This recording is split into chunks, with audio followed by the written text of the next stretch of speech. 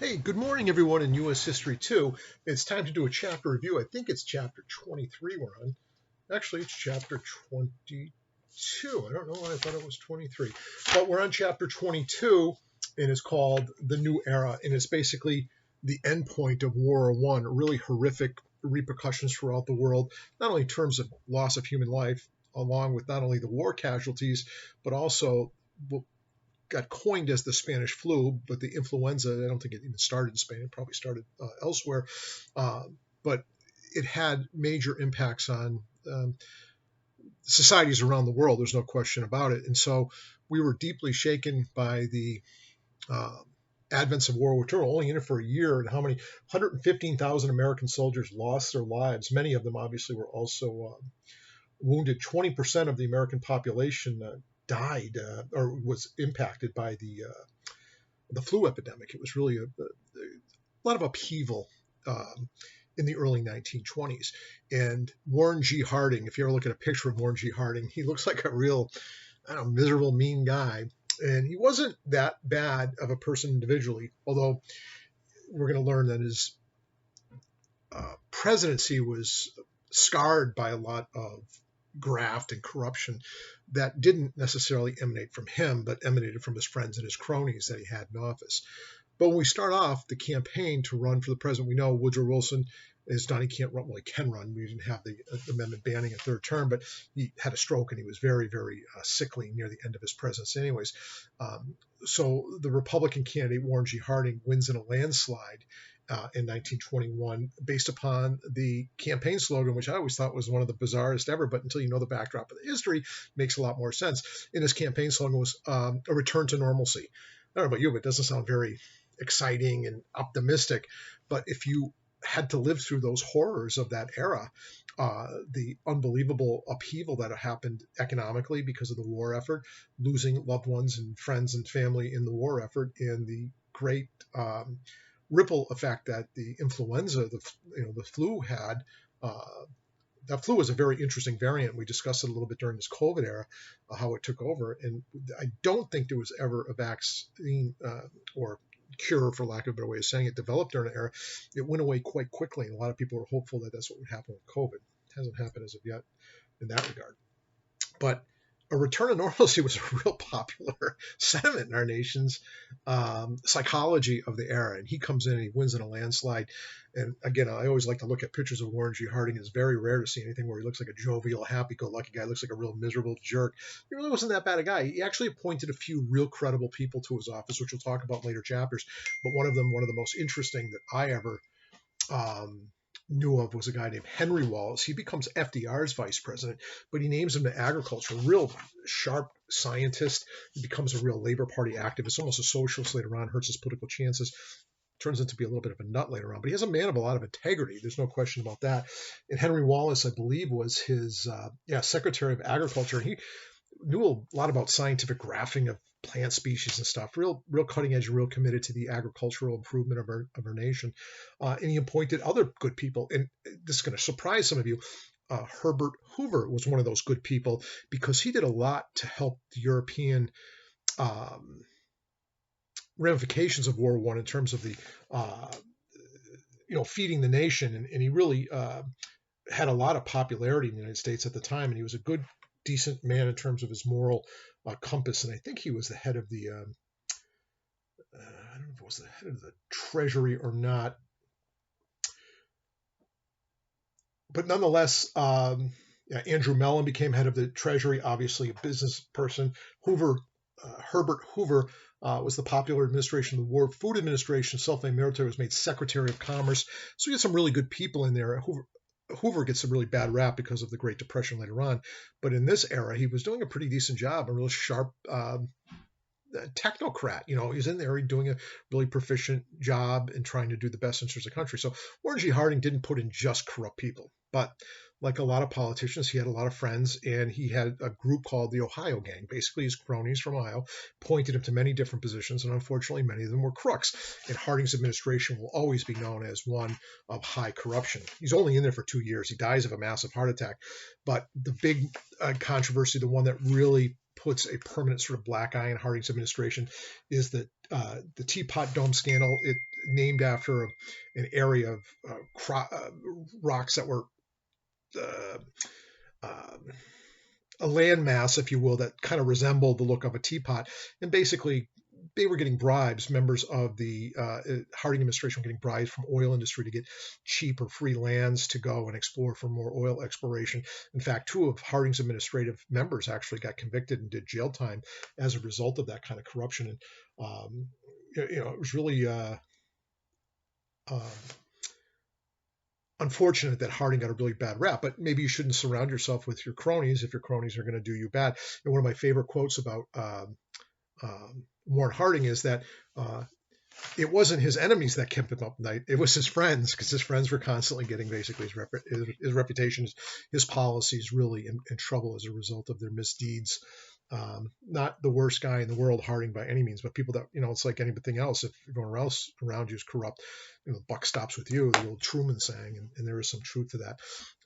I'm getting a little off track here, but I always had this sort of philosophical argument going on. Is it more important to do, the right thing in terms of policy, or is loyalty to a friend, does it carry more weight? And it's one of the things Lincoln said in a famous speech. He said, basically, I'll stand with any man while he's right, but when he's wrong, I must part, suggesting that it's about the moral compass that you have to guide your life with, and loyalty to the friends should come secondary.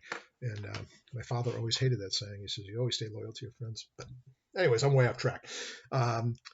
So Calvin Coolidge is only in office for 2 years. He has a massive heart attack. And we know Calvin Coolidge right here from Massachusetts. In fact, practiced law in Northampton, Mass. One of my law school chums and later law partner for a period of time, I think either practiced or had a friend that practiced in the old office that Calvin Coolidge had. Calvin Coolidge, just like Warren G. Harding, pro-business. He's Republican, pro-business. The business of America is business, is the slogan. And I love the quote that one of the historians gave about him. It says, one observer called Coolidge's policies active inactivity, meaning he had a pulse on what was going on in the country, but he thought the best role of government was to stay the hell out of the way, and sort of that laissez-faire business will know what's best for business, and we should just stay out of the way. And he did that. And during his era, he was considered very successful because it's the roaring 20s. The economy really makes a huge comeback at the closure of World War I. And we know industry is really going really wild, and the standard of living is rising rapidly in the United States. Not for everyone. There's obviously a bigger distinction again in terms of the very, very wealthy and the very, very poor, but there's a growing middle class during this era of time, and he's credited during his era as being very popular. The book doesn't go into great detail about Calvin Coolidge, but I always found him a fascinating character. His nickname was Silent Cal, if you're curious, and the reason why they called him Silent Cal is he didn't like to do long speeches. One of my favorite stories was he was at some big event, and they're in like a lot of events that politicians get, they give you some kind of token ceremonial present or the like, and they gave him some kind of walking stick or something like that, and they handed it to him expecting him to give a fairly decent speech. And when they handed him this is a hickory walking stick or something to that effect, and he looks at the stick, he looks at it and goes, this isn't hickory, it's ash. Then he sat back down. He never gave a speech at all.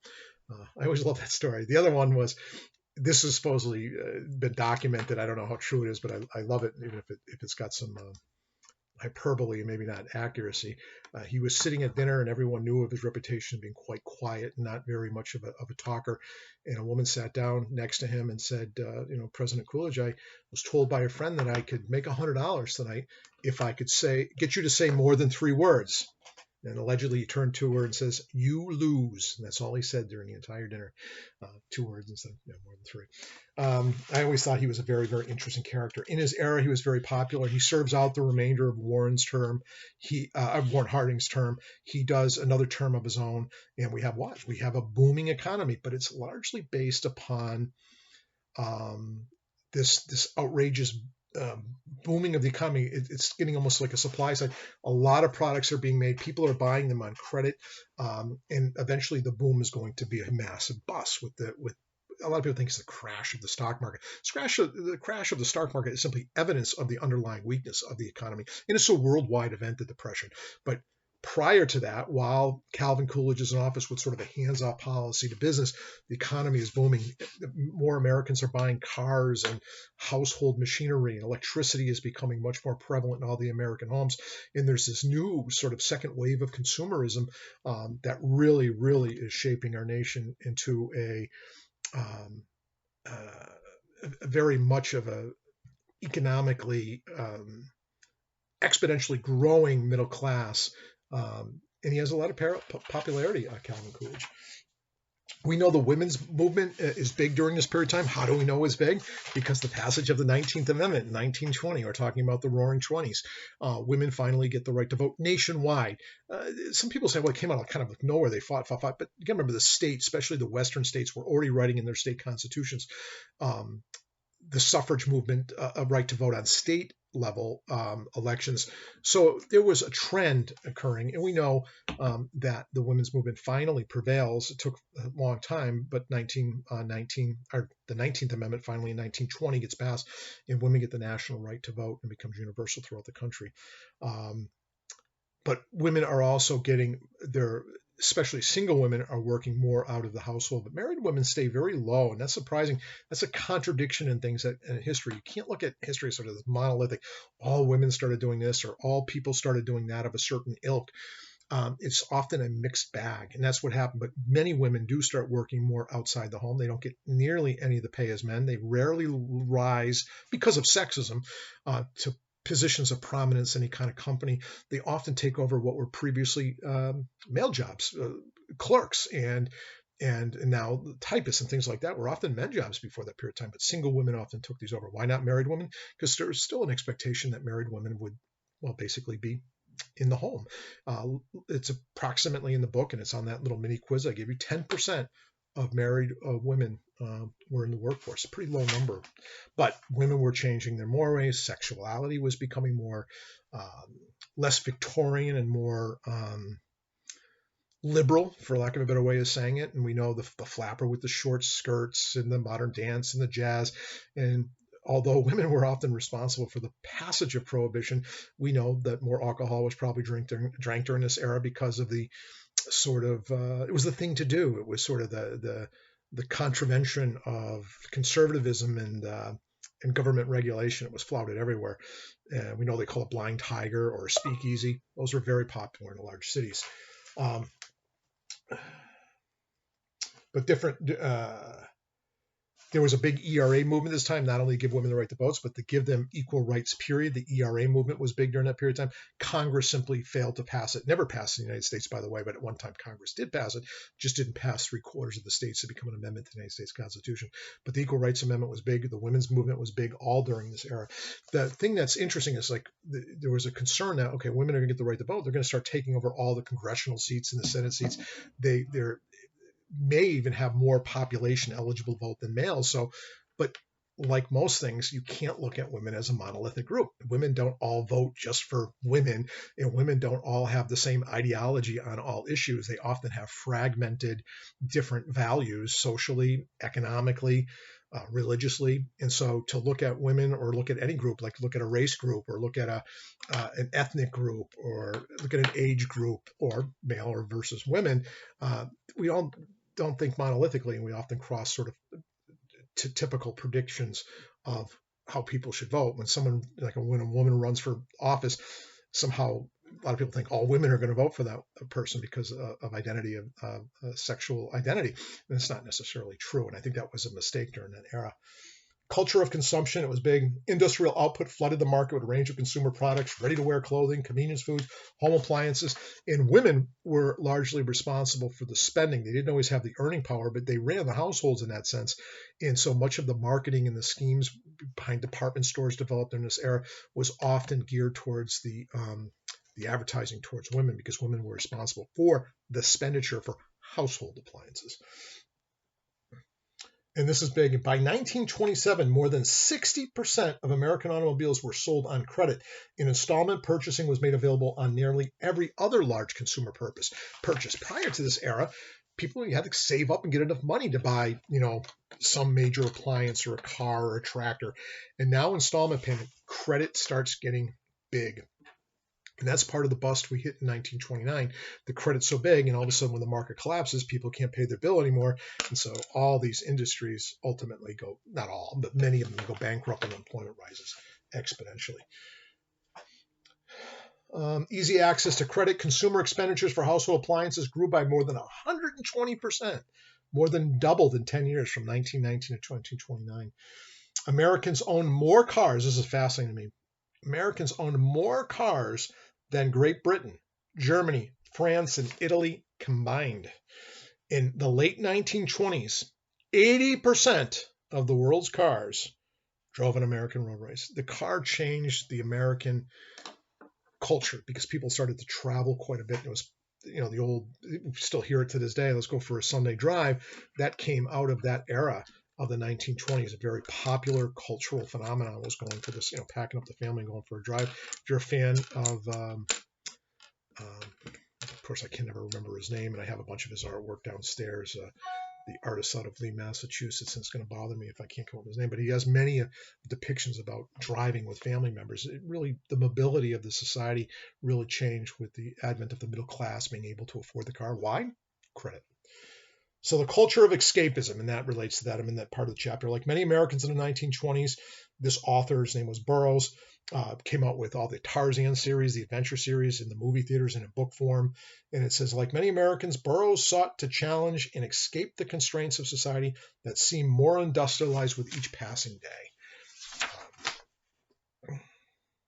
And what's interesting is every so often you'll hear people getting in trouble for suggesting that Hollywood's dominated by people of a certain religious or cultural ethnic heritage of Judaism.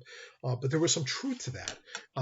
We know many of the major motion picture industry sort of pioneers were almost all of Jewish immigrant or children of Jewish immigrants. They really founded Hollywood. There was no question about it. Metro-Goldwyn-Mayer, the Warner Brothers, 1918, all of these groups come about.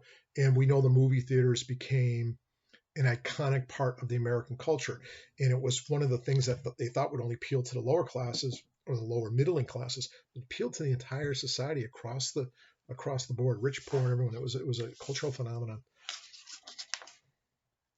Yeah, Americans fell in love with the movies, whether it was surroundings, the sound, the production budgets. Weekly movie attendance skyrocketed. Only 16 million in 1912, but nearly 40 million in the early 1920s. And what's one of the things that changed with the motion picture? Sound. And then radio, of course. And radio, and those of you who ever heard of soap operas, my mother, when I was a kid, my mother's still alive to this day. She can't really see, but she still watches soap operas. And why do we call them soap operas? Because the radio shows would have soap operas on the radio show, these plays, for lack of a better word, doing a radio weekly series of continuing sagas, if you will, but they were almost all produced and budgeted through advertising from the major soap companies. So that's why they become soap operas. And about half of American homes contained a radio by 1930. That becomes critical because sometimes I think of it as very regional in our country, the South, the North, the East, the West, agrarian versus city. But one thing that ties us together is the commonality of the literature and the arts and the entertainment we're receiving that's somewhat consistent. And the radio really tied the nation together. There's no question about that. I don't remember, but I remember talking to my grandfather, was a little kid, how he said it was a really big deal when he was a kid to gather around and listen to different radio shows. It was before television. I grew up as a kid, and to have a TV in my room was like a big deal. I thought I'd find a little black and white thing, but radio was just for music when I was to this day, to me it is. But back in that era, it was for everything. It was for news, it was for entertainment, and it was also for national emergencies. Whenever there was a great concern in society, you often went to your radio to hear what the public service announcement were. Later, when we get to a later chapter, we'll talk about Franklin Delano Roosevelt doing these fireside chats that helped him politically, but also helped unify the nation in a common vision about what America should do, not only for the Great Depression, but we know World War II is ultimately going to come up. And then we have these other people that were being not only in film, but obviously in radio. The great boxer Jack Dempsey, Babe Ruth in baseball, Red Grange in football. All these things tied the culture of sports together uniformly throughout the nation. It wasn't just a regional thing anymore. Baseball was always big in this nation, but it became very big during Ruth's era. No question about it. And then we know there's a mention of Charles Lindbergh. Unfortunately, Charles Lindbergh is going to get I'm surprised it wasn't in his chapter. Maybe it'll be addressed in a later chapter. The book is new to me. Charles Lindbergh, of course, I think he fought in World War I, but he was a great American pilot. We know his big story is he flies in a plane called the Spirit of St. Louis, and he flies it over the Atlantic Ocean nonstop, the first flight of its kind. I think 30 some odd hours nonstop from New York to Paris, some sandwiches, some water bottles, 33 hours. And he becomes famous, becomes a huge American hero. But unfortunately, as we delve into the later 1930s, he becomes somewhat supportive of the rise of Hitler. And he's anti-populist movement arguments, and he becomes a bit viewed negatively in history as trying to keep us out of World War II significantly. But then, of course, the famous Lindbergh baby is, if you don't know, his child was kidnapped and ultimately murdered, and there was ransom, and it became a huge national sensation throughout the process. My mother always tells me that my uncle, who passed away many years ago, that there was such an uproar over Lindbergh's child being abducted that my uncle supposedly looked like the Lindbergh baby or something like that, and they lived in New York, and you're not the Lindbergh baby. And I don't know, kind of nonsense. I don't really buy it. My mother had some very, very weird ideas. But the new woman, we know, I already referenced this, although only about 10% of married women worked out of the workforce, many unmarried women did. But we know there's not only the power of the vote, but the power of autonomy. Women really did become freer during this era socially, and they definitely exercised their newfound freedoms in dress and dance and in social mores definitely changed dramatically during this period. But that doesn't mean there wasn't a pushback. Even the KKK, when we get to in a minute, sort of formed. Part of it was anti-feminist, just anti-independence for women seeking their own sort of fortunes. And they mentioned some of the famous writers that tried to capture some of this era of women's liberation from standard sort of restrictedness. F. Scott Fitzgerald, one of my favorite authors of all time, and also Sinclair Lewis, of course, captures it well, and that's The Great Gatsby. Great Gatsby is a bigger story than I think about that. But anyways, I'm way off track. It says certain things were certainly still denied women in terms of power and prestige in offices. They still got paid less than men for the same kind of work, but it wasn't exactly, it's part of an evolution, and this period of time was a dramatic one in a short period of time. Yeah, so for example, occupations such as law and medicine remained overwhelmingly male. Most female professions were in feminized professions, such as teaching and nursing. In fact, in the early part of the era, I know when I was a kid, I don't think I had an elementary school teacher, and I had a lot of them. I didn't stay back or anything, but I don't think I had any male elementary school teachers. And it's part of the sexist history of this nation. They were steered to certain kind of professions. And not to sound sexist, but I tend to be parochial sometimes in my own view. And I remember I was going to my kids' school and I'd meet the different teachers, and there's a lot more men teaching in elementary school. And, and it just always seemed odd to me because this sexist history we had in terms of which professions were appropriate for males and which were for women.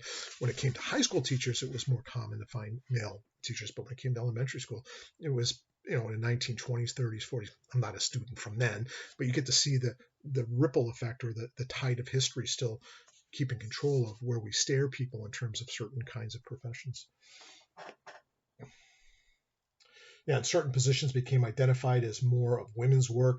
Clerk jobs that had been previously male in earlier centuries became more likely to be dominated by women. More autonomy, new household technologies, philosophies of marriage and child rearing changed in this time.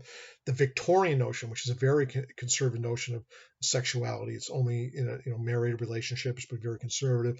It shouldn't be very much unspoken kind of things, but led to increase in premarital sexual activity during this time, strong enough that became, in the words of one historian, almost a matter of conformity. Sexual mores really dropped, and there was more freedom for single and married people to basically engage in sexual behaviors without feeling, condemnation from society. The New Negro, and that's the title of the chapter. Some people might find it offensive, but that's what they were called during that era. That's what the language was directly from the writings. There was a movement for even more. We know the Harlem Renaissance was a big part of it, and that was captured in this. He popularized it in a book. Andrew Locke, an African American, called this book "The New Negro." And proclaimed that the generation of subservience was no more. We're gonna create our own society, and we're gonna be economically powerful and independent and all those things. And we know some of that happened in certain enclaves like Harlem. But the irony is sometimes some of the jazz was huge during this era, and it was listened to by many Americans, but it was often produced and its roots were in African American societies. And yet, when some of the bigger names would come to different areas like the Cotton Club and things like that, guess who was in attendance? African Americans wouldn't even be allowed to be in attendance. And even the great stars of jazz were often required to go through different rooms and have different bathrooms and the thing. And the segregation was still unbelievable, even though they were the lead acts in these communities. But we know some were more militant, and it was a whole core group called Garveyism. And Garveyism is a gentleman by the name, I miss his first name here.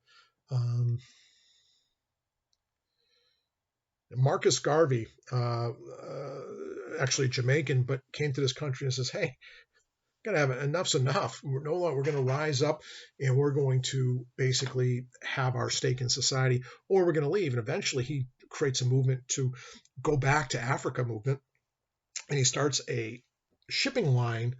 Unfortunately, it was fairly corrupt, and a lot of the investors lost their money. But the goal of the shipping line was basically to start their own commercial transactions and trade throughout the world for African Americans and for others, but also to repatriate, if you will, African Americans to the African continent.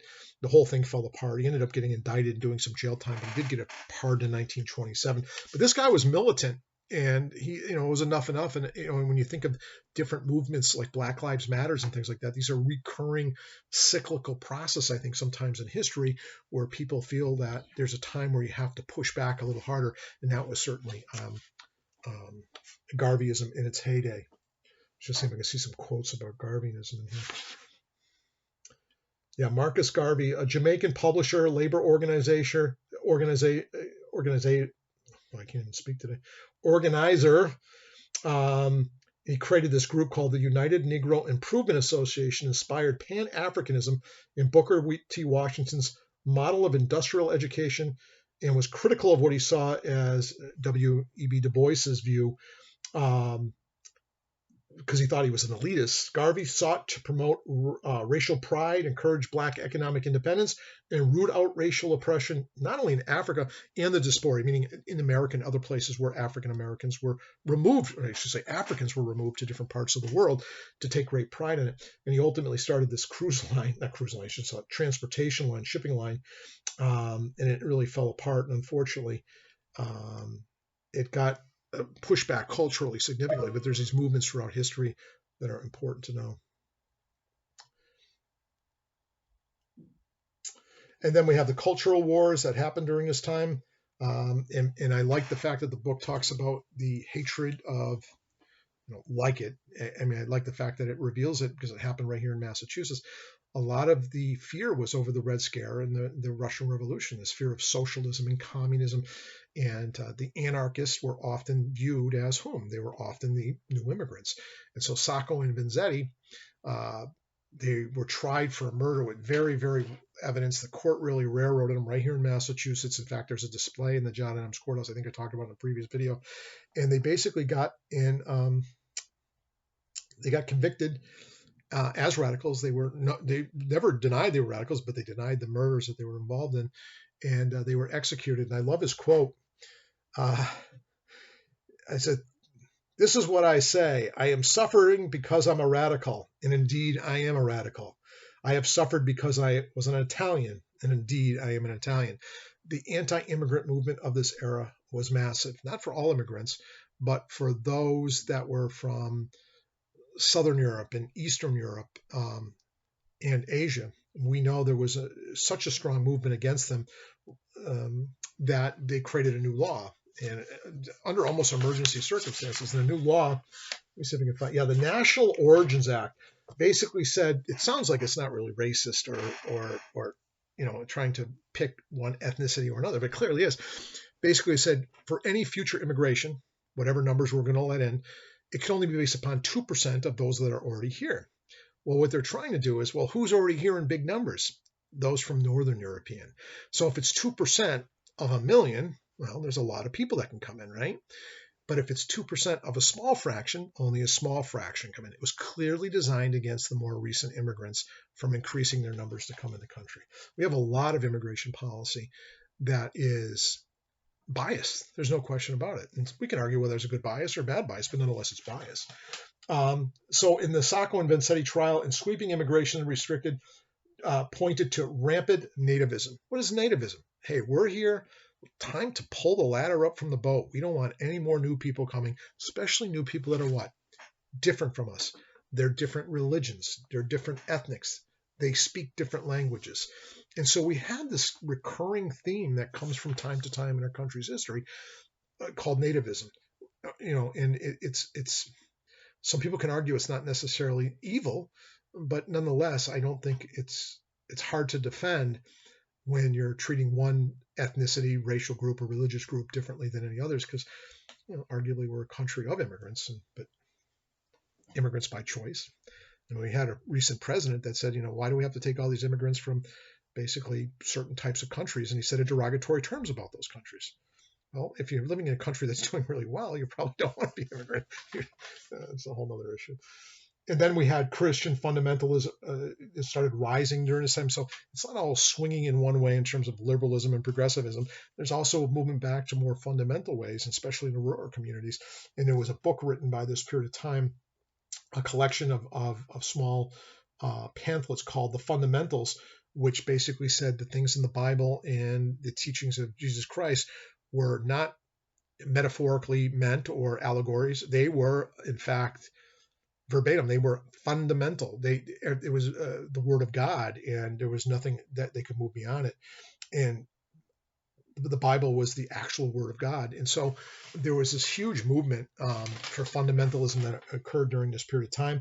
We know that happened, especially in the rural areas in the South, but it gets challenged by different people because there are also progressive thinkers. And one of the famous ones was the Scopes trial in Tennessee. It was actually illegal.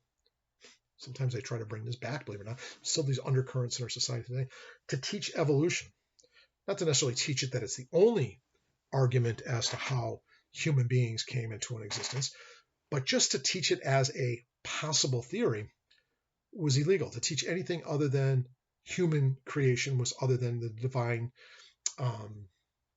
act of Jesus Christ or Christianity.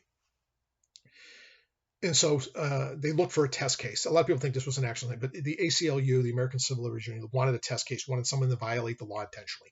And they got this teacher, a part-time teacher, and I think a gym coach on the side. He agreed to test the law. They knew full well he'd be charged, and he wouldn't probably do jail time, but they wanted to create this trial. And the trial was the cessation of a nation. In fact, you couldn't even get in the courtroom. Well, don't forget, we didn't have TVs back then, but they covered it on the radio. And back in that era, there were lines out the side of the courthouse to watch this trial. It was so significantly because it's a test of cultural identity. Which way are we going to go in this society? Or are we going to decide which way to go? Is it always going to be splintered? And they got the best attorney in the business to represent the teacher. And that's a guy by the name of Clarence Darrow, one of my great heroes. I did a report on him one time. His biography was called Attorney for the Damned. He's an anti-death penalty guy. He'd always represent these people that were likely going to be executed if convicted, and he would not necessarily try to win them an acquittal, although he did that quite often. He'd often just try to save their lives and try to get the punishment of something other than the death penalty invoked. Clarence Darrow was a brilliant guy, and he knew he was going to lose this case. There's clear John Scopes, taught evolution. He's going to get convicted. But through the process, he was going to try to show the narrow-mindedness and the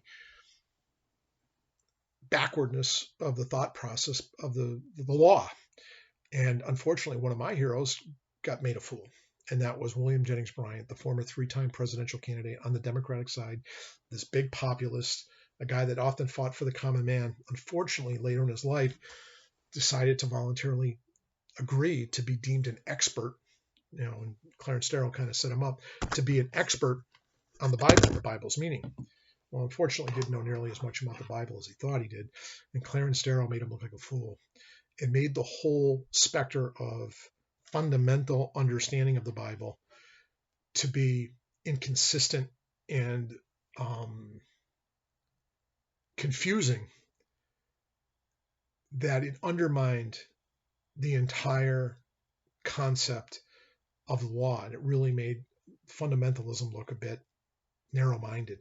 And a lot of people think Clarence Darrow won the case. No, he lost.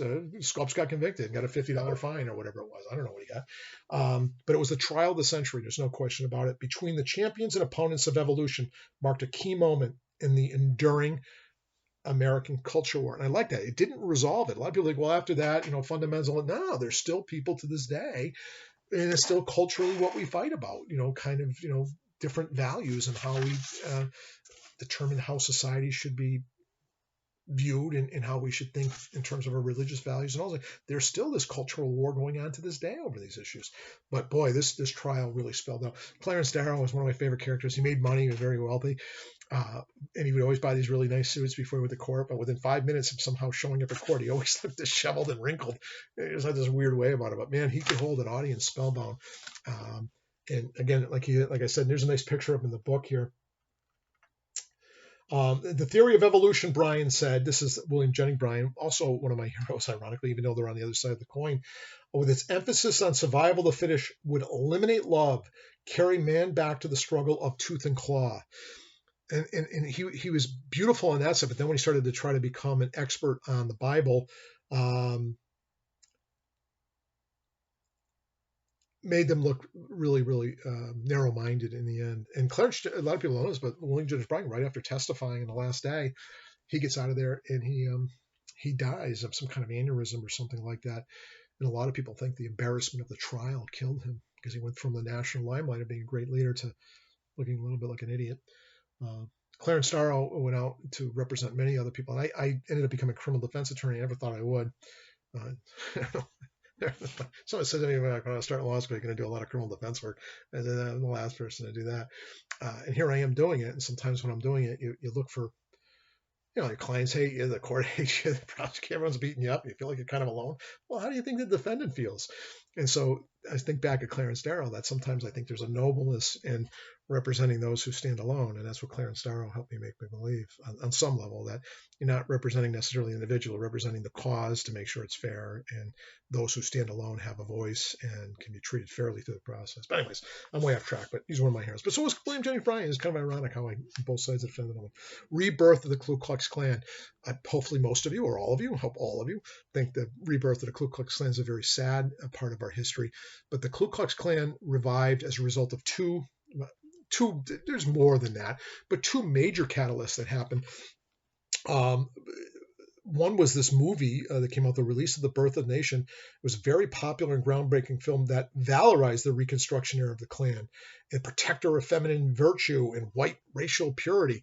And the movie basically suggested those were regal things. Those were things worth fighting for, and it helped foster enrollment in the Ku Klux Klan, not only in the South, but don't forget, we had the Great Migration. What's the Great Migration? It started around 1916. Just at the eve of the First World War, African Americans moved out of the South, rural, into the northern and Midwestern large cities in huge numbers. And like anything else, the influx of African Americans in these new cities resulted in racial tension.